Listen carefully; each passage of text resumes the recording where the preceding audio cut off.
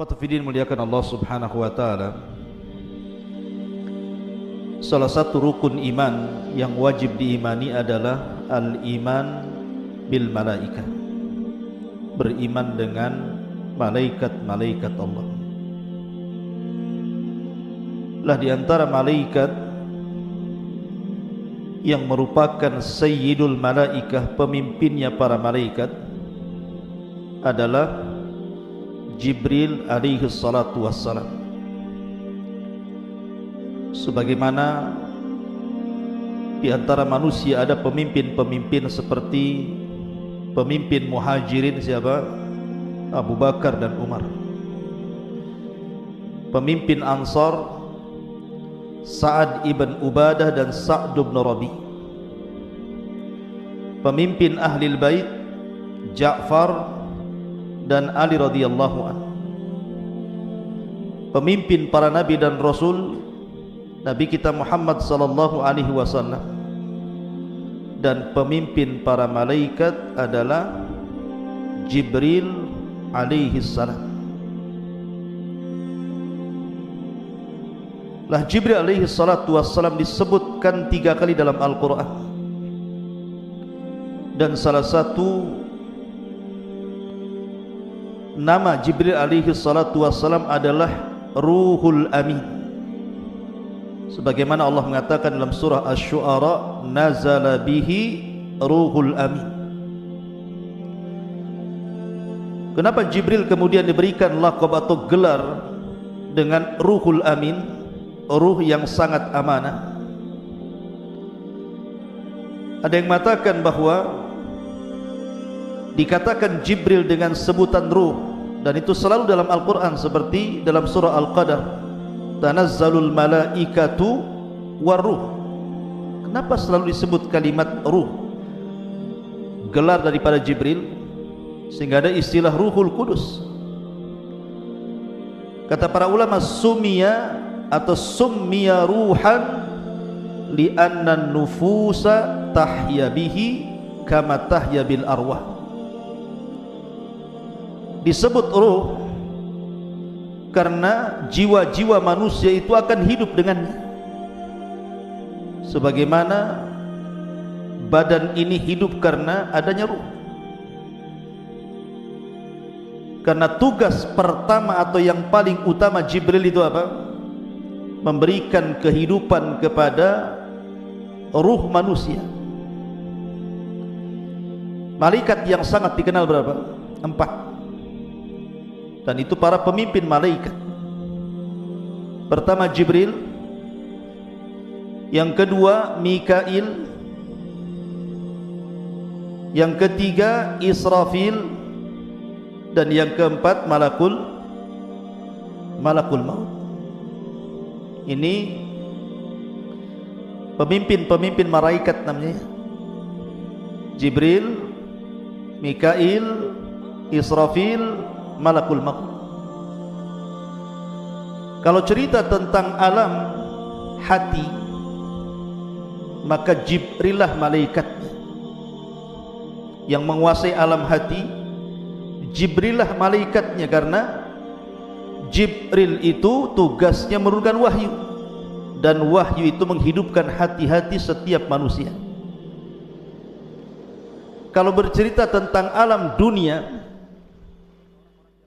maka bercerita tentang Israfil, karena Israfil lah yang menurunkan hujan sehingga hidup seluruh alam dunia ini. Karena waja'alnal ma' likulli syai'in hayyin, kami jadikan air itu segala sesuatu jadi hidup. Karena air itulah akhirnya hidup semuanya. Kita hidup, binatang hidup, tumbuh-tumbuhan hidup. Artinya kalau kita cerita tentang kehidupan dunia, maka cerita tentang Mikail. Tapi kalau cerita tentang alam ruh, berarti kita cerita tentang siapa? Alam ruh Israfil, yang mencabut semua arwah ketika tiupan trompet atau sangkakala pertama. Semua ruh keluar dari jasadnya. Dan kalau cerita tentang alam kematian, maka di sana ada Malakul Maut. Jadi masing-masing ada bidangnya, ada alamnya masing-masing. Lah malaikat Jibril ini disebutkan dalam sebuah hadis Nabi SAW yang ma'ruf, antum mungkin sudah menghafal. Hadis daripada Umar ibn Khattab radhiyallahu an. Hadis Umar ibn Khattab radhiyallahu an, di mana Nabi SAW ketika itu sedang mengajar para sahabat Rasul, tiba-tiba Umar mengatakan, bainama nahnu julusun inda Rasulillah sallallahu alaihi wasallam dzata yaumin ittala'a alaina rajulun syadidu bayadi thiyab syadidu syawadi sya'ri la yura alaihi atharus safar wa la ya'rifuhu minna ahad hatta jalasa ila Nabi sallallahu alaihi wasallam fa asnadu rukbatayhi ila rukbatayhi wa wada'a kaffaihi ala fakhidaihi. Jadi Umar bercerita, ketika kami duduk-duduk bersama Rasulullah, tiba-tiba muncul seorang laki-laki, sifatnya syadidu bayadi thiyab, pakaiannya itu putih bersih. Kemudian yang kedua, syadidu sawadi sya'ri, rambutnya begitu hitam. Anehnya, la yura alaihi atharus safar, tidak ada bekas perjalanan sama sekali. Wala ya'rifuhu minna ahad, dan tidak ada satupun kami mengenali orang itu. Karena begini ikhwan, kebiasaan para sahabat Nabi, kalau ada orang asing biasanya dikenalkan oleh orang. Yang kenal dia mengatakan si fulan, namanya si fulan dari Bani Fulan. Dikenalkan oleh para sahabat Rasul supaya orang kenal. Tapi orang yang datang ini tidak ada yang kenal satupun. Kalau memang dia orang jauh, pasti ada bekas safarnya yang namanya padang pasir, gurun Sahara. Di zaman Rasul di Mekah itu kan padang pasir, angin, debu di mana-mana. Baru berjalan ke padang pasir sebentar saja pakaian sudah banyak debu. Tetapi orang ini kalau dikatakan orang jauh, kenapa tidak ada bekas safar, tidak ada debu sama sekali di pakaiannya? Kemudian rambutnya pun sangat rapi dan hitam, menunjukkan orang ini tidak pakai serban. Padahal sorban itu bagi orang Arab itu kayak sebuah kewajiban, karena bisa melindungi dari panas, bisa melindungi dari debu, bisa melindungi dari dingin, sorban itu. Dan itu tradisi Arab ya. Tradisi Arab itu pakai serban. Lah orang ini tidak pakai serban, sehingga bisa dikenali wajahnya, sangat tampan sekali. Dan ini juga dalil kalau seandainya orang ini pakai serban, tentu orang curiga nih, kenapa dia menutup kepala dan mukanya, jangan-jangan membuat jahat sama Nabi. Ketika dia tidak pakai serban, berarti orang menyangka dia orang baik-baik. Karena sahabat bisa mensifati pakaiannya bersih, rambutnya hitam, menunjukkan tidak pakai tutup kepala. Tapi kalau memang dia orang dekat, kenapa nggak ada yang kenal? Kan aneh jadinya. Kalau orang jauh kenapa pakaiannya rapi, kalau orang dekat kenapa nggak ada yang kenal? Yang lebih mengherankan lagi, langsung menemui Nabi SAW, fa asnada rukbatayhi ila rukbatayhi wa wada'a kaffaihi ala fakhidaihi. Lutut dia dengan lutut Nabi itu ditemukan, kemudian tangan dia diletakkan di paha Nabi seperti itu. Tiba-tiba bertanya, ya Muhammad, penampilannya rapi seperti thalabul ilmi, tapi bahasanya kayak orang Badui. Karena biasanya kalau sahabat Rasul tidak pernah mengucapkan ya Muhammad. Yang suka mengucapkan ya Muhammad itu orang Badui. Kalau sahabat Rasul ya Rasulullah, ya Nabi Allah, itu sahabat Rasul, beradab mereka kepada Rasulullah. Tapi orang Badui itu teriak-teriak ya Muhammad. Lah bahasa orang ini menggunakan bahasa orang Badui, ya Muhammad akhbirni anil Islam, ceritakan tentang Islam. Kata para ulama, karena sahabat Nabi SAW itu paling suka kalau ada orang Badui menemui Rasul, pasti banyak tanya. dan pertanyaannya aneh-aneh, sehingga kemudian ketika Nabi SAW menjawab pertanyaan orang-orang Badui itu menjadi pengetahuan tersendiri bagi para sahabat Rasul. Bahkan karena segannya para sahabat terkadang bertanya kepada Rasul, biasanya nitip pertanyaan kepada orang Badui untuk ditanyakan kepada Nabi. Makanya kenapa orang ini menggunakan bahasa orang Badui padahal pertanyaannya berbobot. Ini bukan orang Badui, ini orang thalabul ilmi nih. Pertanyaannya berbobot. Apa itu Islam? Apa itu iman? Apa itu Islam? Ini kan berbobot nih. Kapan kiamat? Apa tanda-tandanya? Ini bukan orang jahil yang bertanya, ini alim nih. Tapi dari bahasa, menggunakan bahasa Badui, menggunakan ya Muhammad, supaya sahabat itu mereka betul-betul memperhatikan ucapan orang ini. Dan pertanyaan berbobot. Makanya hadis ini, hadis Jibril ini disebutkan oleh para ulama, kalau dalam Al-Quran itu ada namanya induk Quran. Induk Quran apa? Al-Fatihah, disebut umul kitab.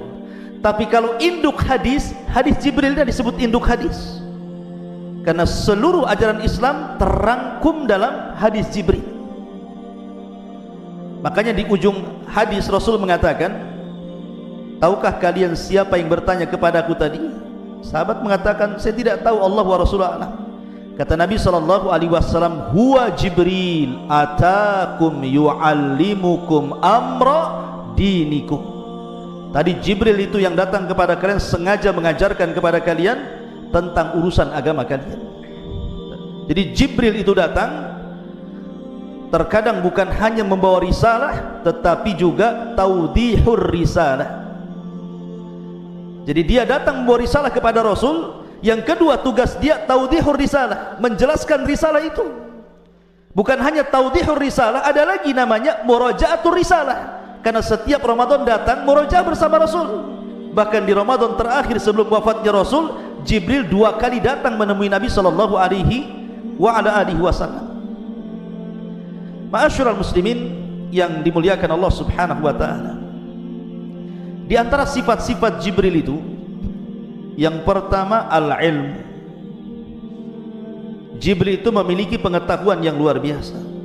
Tentu pengetahuan itu datang dari Allah Subhanahu wa taala, karena Allah mengatakan allamahu syadidul quwah. Yang mengajarkan ilmu kepada Nabi sallallahu alaihi wasallam syadidul quwah, malaikat yang punya kekuatan. Jadi salah satu sifat Jibril yang pertama al-ilmu. Yang kedua al-quwatul hailah, memiliki kekuatan yang dahsyat. Makanya Allah mengatakan syadidul quwah, memiliki kekuatan yang luar biasa. Lihat ketika Jibril menghancurkan negeri Sodom, dengan satu sayapnya saja ditancapkan ke negeri Sodom, diangkat itu negeri sampai ke langit, dihujani meteor, ditumpahkan lagi ke bumi. Saking kuatnya Jibril itu. Bahkan selalunya kalau Allah hendak mengadab sebuah kaum, pasti diutus Jibril.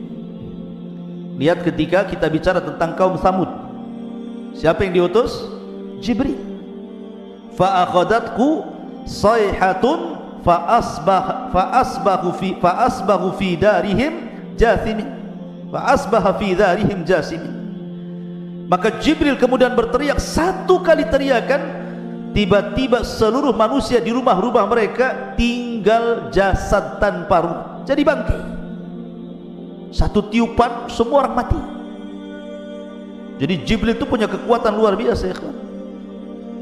Ma'asyiral muslimin. Kemudian yang kedua at-tamkin, di mana Jibril itu punya kedudukan yang sangat mulia di langit sana di antara para malaikat. Karena seluruh para malaikat itu taat kepada Jibril, tentu karena perintah Allah Subhanahu wa taala. Maka disebut at-tamkin. Jibril itu punya kedudukan tersendiri di langit karena ditaati semua para malaikat atas kehendak Allah Subhanahu wa taala. Kemudian yang terakhir al-amanah. Jibril itu amanah ketika menyampaikan wahyu. Makanya Allah mengatakan nazala bihi ruhul amin. Kalimat amin itu amanah.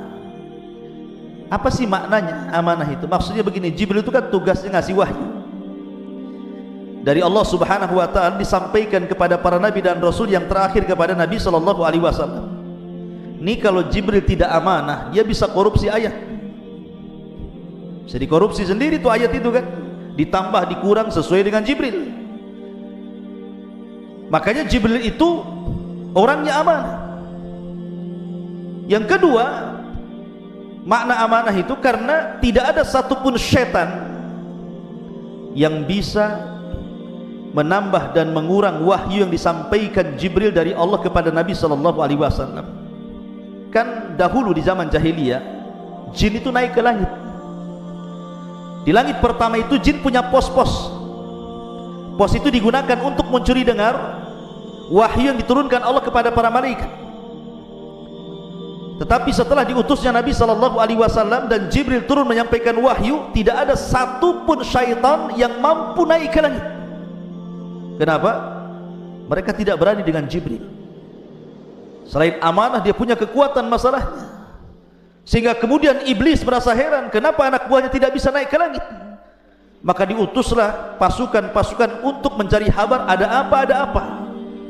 Rupanya satu gerombolan utusan iblis itu, yang 7 jin itu, nyasar pula ke kebun kurma antara Mekah dan Taif. Disitulah berjumpa dengan Nabi yang sedang salat membacakan ayat Al-Quran. Tiba-tiba jin-jin ini beriman kepada Al-Quran, sehingga Allah mengatakan, Qul uhiya ilayya annahu istama'a nafarun minal jinni faqalu inna sami'na qur'anan ajaba. Ma'asyiral muslimin yang dimuliakan Allah, ini diantara sifat-sifat Jibril. Baik, kita akan bercerita Jibril ini memiliki kaitan dengan kita. Nabi sallallahu alaihi wasallam bersabda dalam hadis Abu Hurairah radhiyallahu anhu bahwa innallaha idza ahabba 'abdan da'a Jibril. Jadi kalau Allah mencintai hambanya, pasti yang pertama dipanggil itu malaikat Jibril. Maka Allah berfirman kepada Jibril, ya Jibril, inni uhibbu fulanan fa'ahibbah. Hei Jibril, aku suka dengan orang ini, maka kau harus mencintai dia. Maka yang pertama kali mencintai orang yang dicintai Allah adalah Jibril. Dan umat Nabi SAW adalah umat yang sangat dicintai Allah, karena Allah berfirman, kuntum khaira ummatin ukhrijat linnasi. Kalian itu sebaik-baik manusia yang dikeluarkan Allah kepada manusia. Artinya Allah suka dengan umat Rasul. Ketika Allah suka dengan seorang hamba, maka yang pertama kali suka setelah Allah adalah Jibril. Makanya Allah mengatakan di sini, inni uhibbu fulanan fa'ahibbahu. Aku mencintai fulan, wahai Jibril, cintai dia. Maka Jibril pun kemudian mencintai orang yang dicintai Allah Subhanahu wa taala. Dari sini memiliki faedah bahwa Jibril itu ada alaqah, ada hubung kait dengan umat Nabi sallallahu alaihi wasallam. Ini yang kita akan sedikit bahas. Pertama, kita akan membahas alaqah Jibril dengan para nabi. Kemudian yang kedua, kita akan bahas alaqah Jibril dengan Nabi sallallahu alaihi wasallam secara khusus.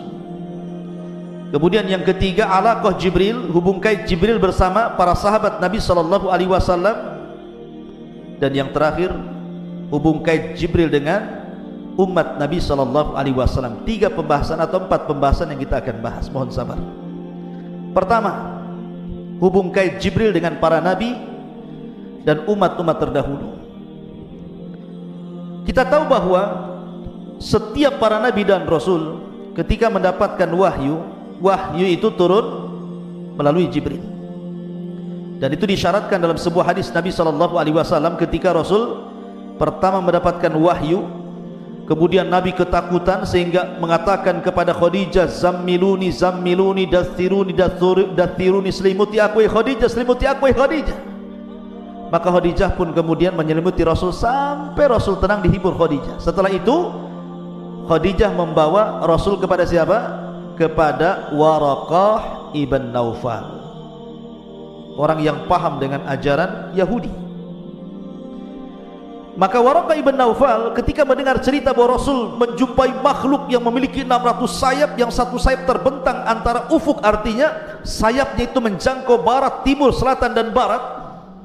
Karena sadal ufuk itu artinya panjangnya mulai terbenam matahari sampai tenggelamnya, itu disebut sadal ufuk namanya. Jadi kalau melihat ke depan sayap, ke belakang sayap, samping sayap, semua sayap gitu ya, menutupi langit itu. Kata Waraqah, namus itu makhluk yang bersayap yang menemui wahai Muhammad adalah namus yang pernah menemui Musa dan para nabi sebelumnya. Menunjukkan ada hubung kait siapa? Jibril dengan para nabi. Kemudian ketika Allah Subhanahu wa taala hendak memberikan kabar gembira kepada Ibrahim alaihi salatu wasallam akan kelahiran Ishak, disebutkan dalam surah Hud, walaqad ja'at rusuluna Ibrahim bil busyra, sungguh telah datang utusan-utusan kami kepada Ibrahim membawa kabar berita yang baik. Ahli tafsir mengatakan yang dimaksud adalah Jibril, Mikail dan Malakul Maut.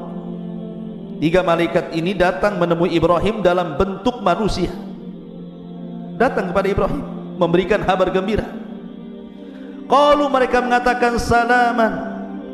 Qala salamun, mereka mengatakan keselamatan, mengucapkan salam, maka dibalas Ibrahim juga keselamatan. Fama labitha anja'a bi'ijlin hanid, karena Ibrahim itu adalah orang yang pertama kali menjamu tamu. Ibrahim itu punya peternakan unta khusus untuk tamu.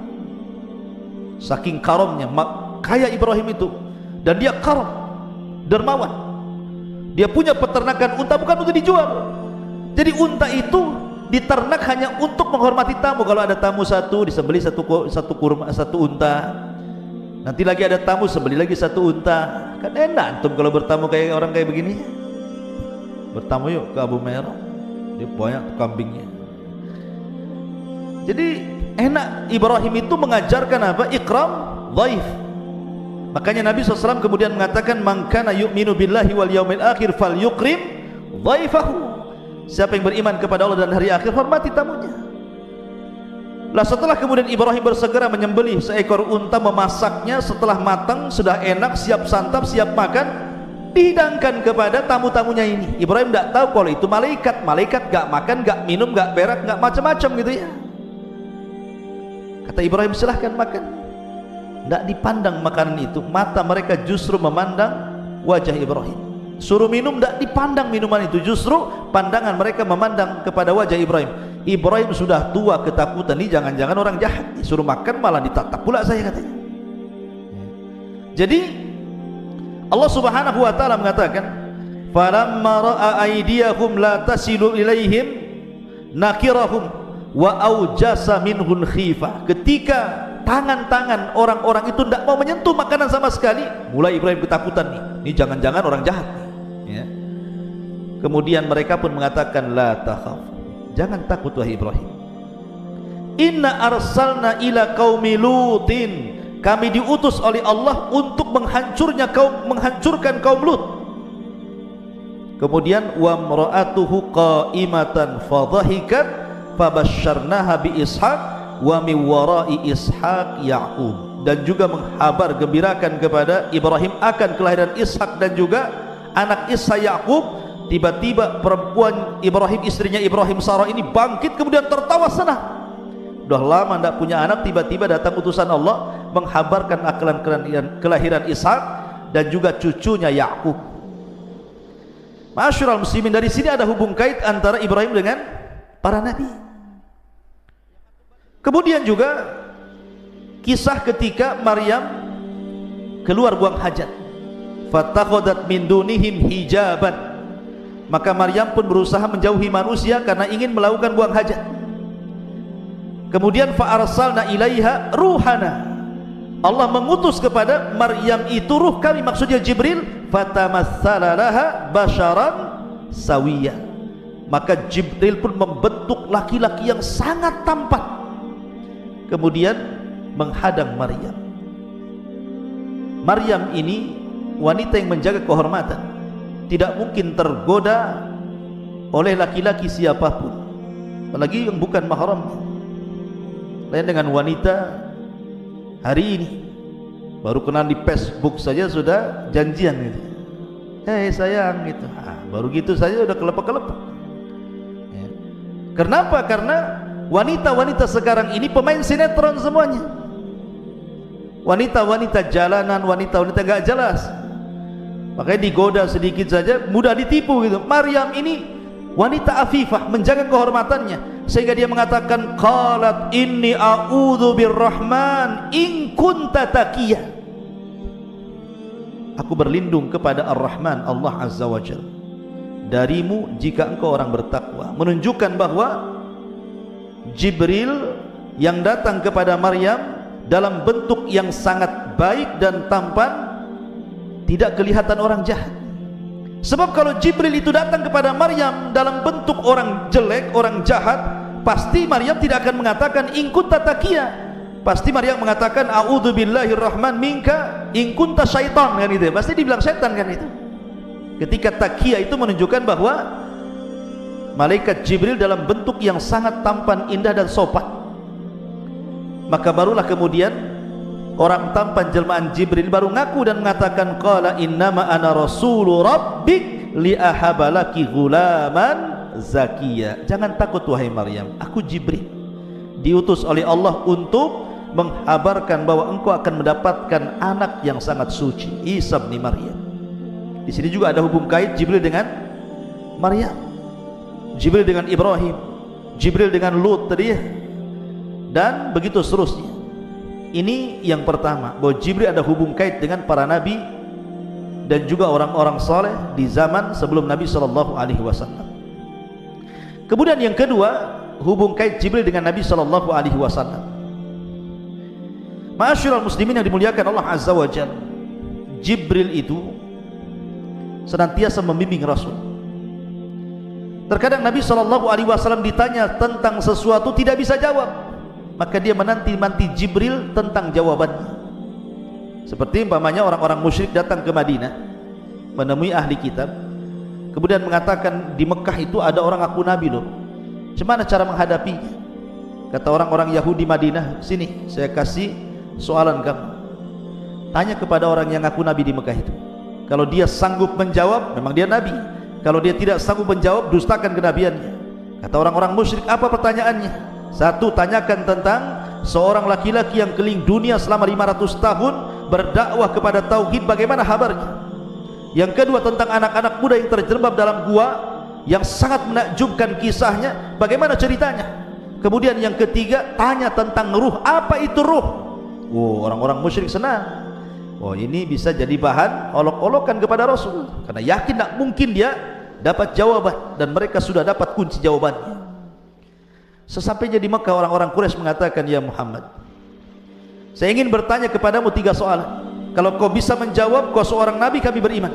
Kalau kau tidak bisa menjawab, kau ini nabi KW ya, nabi enggak jelas, kami dustakan kenabian.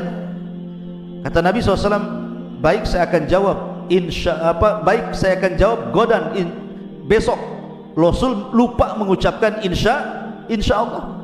Dengan sebab lupa mengucapkan insya Allah, lewat hari pertama Jibril tak turun, lewat hari kedua Jibril tak turun, 1 minggu Jibril pun tak turun, 2 minggu Jibril tak turun, 3 minggu tak turun juga, hampir 1 bulan Nabi sudah sesak dadanya.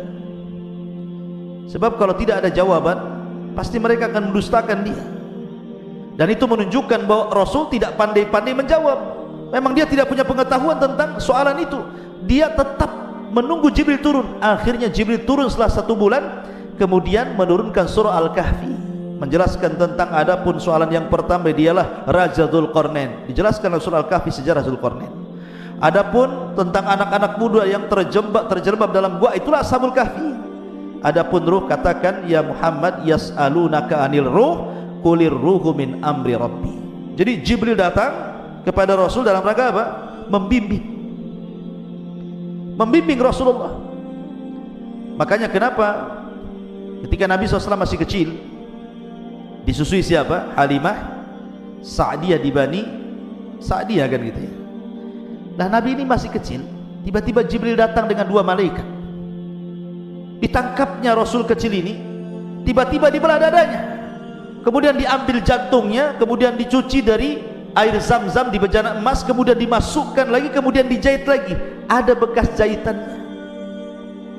Dan itu operasi pertama dalam sepanjang sejarah manusia. Maka anaknya Halimah Sa'diyah ketakutan, lari dia melaporkan kepada ibunya. Maka ibunya langsung mencari Nabi SAW. Ketika dia dapati masih hidup dan masih ada bekas jahitannya, maka karena ketakutan itulah akhirnya Rasul kecil dikembalikan oleh Halimah Sa'diyah kepada ibundanya Aminah. Lihat, sejak kecil saja Jibril sudah membuang kotoran-kotoran hati dari dada Nabi SAW. Dan pembelahan dada itu 2 kali, ketika di Halimah Sa'diyah dan ketika peristiwa Isra dan Mi'raj, dibelah lagi oleh malaikat. Ma'asyiral muslimin yang dimuliakan Allah Azza wa Jalla. Lah, Nabi SAW ini biasa kalau berjumpa dengan Jibril itu, Jibril pasti akan membentuk dirinya dengan bentuk yang sangat tampan, tidak pernah membentuk dengan orang yang sangat menakutkan. Makanya biasa yang dipilih Jibril ketika berjumpa dengan Rasul, pasti dia akan tasyakul, beralih rupa seperti sahabat namanya Dihyatul Kalbi. Jadi ada seorang sahabat namanya Dihyatul Kalbi, orangnya tampan sekali, sangat tampan. Jadi Jibril kalau menemui Rasul pasti menyerupai Dihya. Sampai suatu hari Nabi sedang berbincang-bincang dengan Dihya. Kemudian Aisyah radhiyallahu anha melihat dari kejauhan. Heran Aisyah, kenapa kok lama kali Rasul berbincang dengan Dihya, dan selalu. Sehingga setelah kemudian Rasul berdialog dengan Dihya, Aisyah radhiyallahu anha bertanya, "Ya Rasul, inni ra'aituka waqifan amama Dihya." Aku melihat kau ini berada di depan Dihyatul Kalbi kemudian berbicara. Kata Nabi SAW, "Ya Aisyah, itu bukan Dihya, itu Jibril." Kata Rasul SAW, "Itu Jibril." Kata Rasul, "Kau melihatnya?" Kata Aisyah, "Iya, saya melihatnya dengan kedua mata saya." Ingat, tidak ada wanita di zaman Rasul yang pernah melihat malaikat dalam bentuk alih rupa menjadi manusia kecuali Aisyah. Tapi kalau laki-laki banyak, dalam hadis Umar tadi kan lagi kumpul-kumpul laki-laki kan, tiba-tiba datang Jibril bertanya Islam, iman, ihsan. Laki-laki banyak yang melihat, tapi perempuan tidak ada yang melihat malaikat yang berbentuk manusia kecuali Aisyah. Makanya Nabi SAW mengatakan, karena engkau telah melihat Jibril wahai Aisyah, engkau akan mengalami kebutaan di akhir hayatmu. Maka setelah Aisyah kemudian tua, meninggal Nabi SAW, betul Aisyah menjadi buta. Sebelum wafatnya Aisyah buta. Dengan butanya Aisyah mencari-cari barang di rumah. Ini ada barang nih. Maka dia panggil pembantunya, tolong sedekahkan barang ini ke Bani Fulan. Dicari-cari lagi, dapat lagi barang, tolong yang barang ini sedekahkan ke Bani Fulan. Setiap hari sampai akhirnya ludes, tidak ada barang di rumahnya akan disedekahkan. Ketika Aisyah sudah tidak bisa lagi menemukan barangnya karena buta dia bertanya kepada khadimnya, "Masih ada lagi barangku untuk saya sedekahkan?" Kata pembantunya, "Ya Aisyah, ya Ummul Mukminin, kenapa kau habiskan hartamu untuk bersedekah?" Maka Aisyah radhiyallahu anha mengatakan kepada pembantunya, "Ingat, wal akhiratu khairun wa abqa." Akhirat itu jauh lebih baik dan lebih kekal. Akhirnya Aisyah meninggal dalam posisi rajin bersedekah. Dan itulah keinginan orang yang masuk dalam kuburan, pasti mengatakan, "Laula akhartani ila ajalin qarib fa asaddaqa wa akum minas salihin." Pasti ingin sedekah kalau orang ingin dihidupkan kepada di kuburan. Jadi Rasul itu kalau berjumpa dengan Jibril selalu dalam bentuk Dihyatul Kalbi, dan selalunya di kamar Aisyah radhiyallahu anha. Dan itu pula yang menjadikan Aisyah dilebihkan dari istri-istri yang lainnya, karena Jibril tidak pernah turun di rumah istri manapun dari istri Rasul kecuali di rumah Aisyah radhiyallahu anha. Ma'asyiral muslimin yang dimuliakan Allah Azza wa Jalla. Lah, Nabi SAW pun ketika peristiwa Isra Mi'raj, siapa yang membawa Rasul ke langit? Siapa yang membawa Rasul dari Masjidil Haram ke Aqsa, dari Aqsa ke Sidratul Muntaha? Jibril. Jibril yang menemani Nabi Rasul sampai diangkat ke Sidratul Muntaha lagi oleh Allah Azza wa Jalla. Dan Jibril tidak bisa sampai ke Sidratul Muntaha, hanya sampai Baitul Ma'mur. Tapi lihat peristiwa besar Isra Mi'raj itu, Rasul sama siapa? Sama Jibril. Artinya bahwa Jibril itu sangat memuliakan Nabi SAW, diantarnya sampai ke langit. Kemudian juga dalam peristiwa dakwah di Taif, Rasul kan ketika tidak bisa dakwah di Mekah, dia dakwah ke Taif.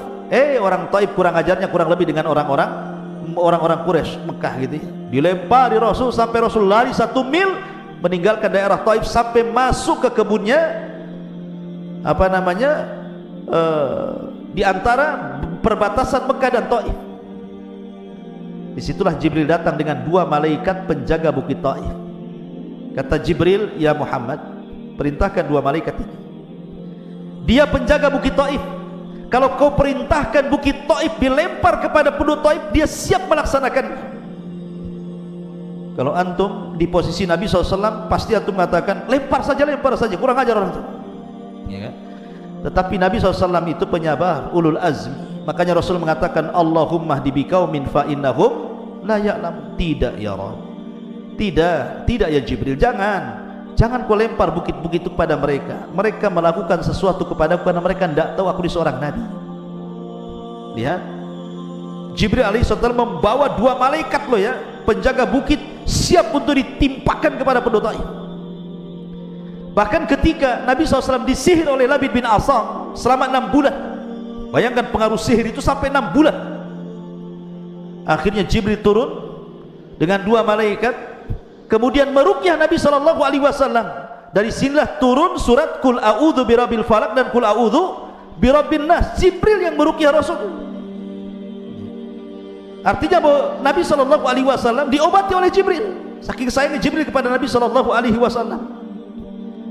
Bahkan Jibril juga senantiasa menolong Nabi SAW dalam kondisi Nabi SAW butuh pertolongan dalam perang Badar.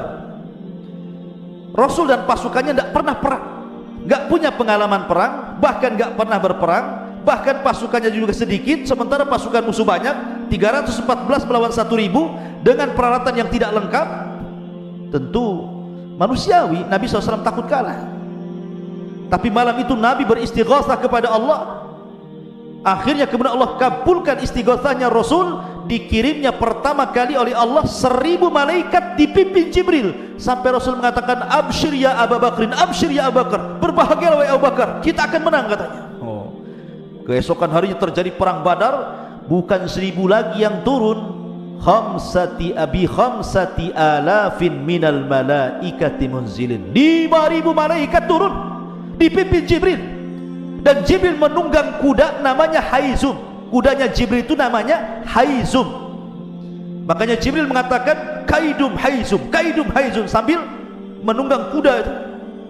Jadi kalau antum ditanya siapa nama kudanya Jibril, Haizum namanya. Makanya para sahabat mendengar Jibril mengucapkan kaidum Haizum, ayo lari wahai Haizum, serang mereka. Subhanallah, sebagian orang-orang musyrik melihat tentara yang banyak berkuda putih, menggunakan pakaian putih, di tangannya terhunus pedang-pedang yang mengkilat-kilat. Bagaimana nggak takut tuh? Sahabat belum mencabut pedangnya, kepala mereka sudah melayang. Takut. Akhirnya perang Badar dimenangkan Rasul, berhasil orang-orang musyrik 70 mati konyol dan 70-nya tertawan. Bahkan Abu Sufyan yang ketika itu berhasil lari dari pertempuran, langsung dia ke Mekah berjumpa dengan Abu Lahab. Karena Abu Lahab kan pengecut, tidak mau perang, dia bayar preman supaya preman itu yang berangkat perang. Abu Sufyan bercerita kepada Abu Lahab, ya Abu Lahab, dalam perang itu aku melihat orang yang berpakaian putih menggunakan kuda putih, di tangannya pedang, kami pun korat-karit gak jelas katanya. Di samping Abu Lahab ada budak yang beriman tetapi menyembunyikan keimanannya. Budaknya Fadl ibn Abbas, budaknya Fadl ibn Abbas. Tiba-tiba dia latah mengatakan, itulah malaikat yang menolong Nabi dan sahabatnya. Geram Abu Lahab, ditamparnya budak itu. Karena budak itu merasa disakiti Abu Lahab, melapor majikannya. Maka Ummu Fadl datang mencari Abu Lahab, diambilnya kayu, dipentungnya kepala Abu Lahab. Kenapa kau menampar budak saya katanya? Tapi di sini Abu Sufyan bercerita bahwa dia melihat malaikat dalam perang Badar. Artinya bahwa Jibril memimpin para malaikat untuk menolong Rasul dalam kondisi terjepit. Saking ketakutannya Rasul, berdoanya juga beda dengan doa-doa yang lainnya, sampai dia mengatakan Allahumma in tahlik hadhil isabah falan tu'bad abada. Ya Rabb, kalau kau hancurkan kelompok yang sedikit ini, nggak akan ada yang lebih yang menyembah kamu ya Rabb. Ya, sampai khawatirnya Rasul. makanya Allah turunkan Jibril. Ma'asyiral muslimin yang dimuliakan Allah Azza wa Jalla, ini diantara alaqah hubung kait Jibril dengan Nabi sallallahu alaihi wasallam, dan banyak lagi hubung kait Nabi sallallahu alaihi wasallam dengan malaikat Jibril alaihi salatu wasallam. Kemudian yang ketiga, hubung kait Jibril dengan para sahabat. Ketika Nabi sallallahu alaihi wasallam berhadapan dengan orang-orang Quraisy, orang-orang Quraisy ini jago syair. Dan orang dulu syair itu, para pujangga-pujangga itu mereka akan debat dengan syair. Mungkin kalau orang Melayu ini berbalas pantun seperti itu ya. Jadi, dan syair itu merupakan media di zaman itu, sama dengan YouTube, televisi, itu disebut syair di zaman itu.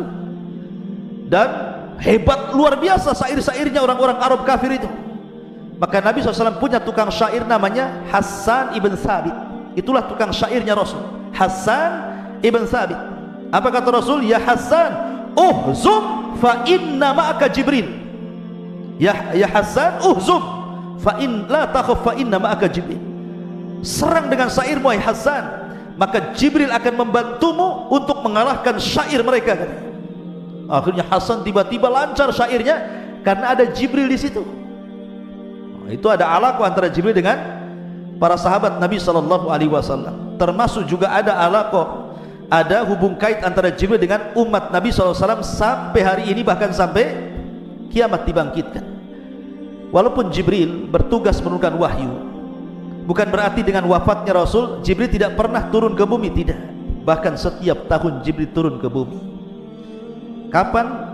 Inna anzalnahu fi lailatul qadr wa ma adraka ma lailatul qadr, lailatul qadri khairu min alfi syahrin tanazzalul malaikatu war ruh. Lihat, malaikat-malaikat dan ruh Jibril turun setiap lailatul qadar. Untuk siapa itu? Untuk kita. Malaikat-malaikat sampai jumlah yang turun ke bumi itu lebih banyak dibandingkan jumlah kerikil yang ada di permukaan bumi. Aktsar min adadil hasa. Yang memimpin siapa? Jibril. Menebarkan ketenangan, rahmat di mana-mana. Makanya malam itu malam terbaik, ya kan? Jadi ada hubung kait Jibril dengan umat Islam, dengan kita-kita ini. Kita tidak pernah ditinggalkan Jibril, karena setiap tahun turun di malam Lailatul Qadar. Dan Nabi SAW pernah berjumpa dengan Jibril itu 2 kali dalam bentuk aslinya. Pertama di Gua Hira. Makanya kemudian Nabi SAW ketakutan gitu kan melihat Jibril. Gak pernah sebelumnya melihat ada makhluk bersayap 600 besarnya itu sadal ufuk gitu kan. Oh, menggigil kayak antum masuk ke hutan Jabal Uhud ketemu dinosaurus. Apa gak menggigil antum pulang tuh? Wah, gitu ya. Kenapa antum? Gak tahu kan gitu. Ketemu genderuwo katanya. Lah, jadi Nabi gak pernah ketemu makhluk sebesar itu. Tiba-tiba ketemu Jibril ada 600 sayap, satu sayap terbentang gitu kan, bercahaya. Rasul ketakutan lah kan begitu. Makanya dia demam sampai lari ke rumah Khadijah. Sesampainya di rumah Khadijah dia mengatakan, dathiruni ya Khadijah, selimuti aku demam. Oh gitu ya. Jadi Nabi pernah melihat Jibril 1 kali di bumi, kemudian melihat Jibril 1 kali di langit. Ketika peristiwa Isra Mi'raj sampai di Baitul Ma'mur, Jibril berubah bentuk. Makanya Allah mengatakan, laqad ra'ahu nazlatan ukhra inda sidratil muntaha indaha jannatul ma'wa. Nabi melihat Jibril kedua kalinya. Di mana? Di langit. Ya, ketika peristiwa Isra dan Mi'raj. Dan ini luar biasa. Makanya kenapa? Karena Rasul pernah melihat Jibril, Rasul bisa mensifati Jibril seperti apa? Karena pernah melihat. Ma'asyiral muslimin yang dimuliakan Allah Azza wa Jalla. Kemudian Jibril juga ikhwan, selain ditugaskan untuk menurunkan wahyu, dan ketika Allah berfirman, yang pertama kali mendengar wahyu siapa? Jibril. Jadi kalau Allah berfirman kepada malaikat, kepada Jibril itu, semua malaikat yang di langit pingsan. Dalam hadis yang ma'ruf, apabila Allah hendak mewahyukan sesuatu, maka suara Allah itu seperti suara gemerincing rantai yang dipukul-pukul di atas batu, membuat semua malaikat pingsan satu langit. Ketika semua malaikat pingsan, yang pertama siuman siapa? Jibril. Jibril yang pertama siuman, kemudian dipanggil oleh Allah Azza wa Jalla. Kemudian Allah memberikan tugas-tugas kepada para malaikat lewat Jibril. Maka setelah Allah berfirman kepada Jibril, tiba-tiba semua malaikat bangun dari pingsannya. Maka setiap Jibril lewat di langit pertama, mereka mengatakan, madza qala rabbuka ya Jibril? Apa yang dikatakan Rabbu ya Jibril? kemudian turun ke langit ke-6, ke-5, ke-4, ke-3, semua malaikat yang di lapisan-lapisan langit itu mengatakan, madza qala rabbukum, madza qala rabbukum, apa yang difirmankan Allah, tugas apa yang harus kami laksanakan, tugas apa yang harus kami lakukan. Maka Jibril mengatakan, qala al-haq, kebenaran, kebenaran, kamu tugasnya ini, kamu tugasnya itu, kamu tugasnya ini, kamu tugasnya itu. Jadi dia yang membagi tugas dari Allah Subhanahu wa ta'ala. Inilah perkataan Jibril apabila sedang kemudian menyampaikan wahyu kepada para malaikat.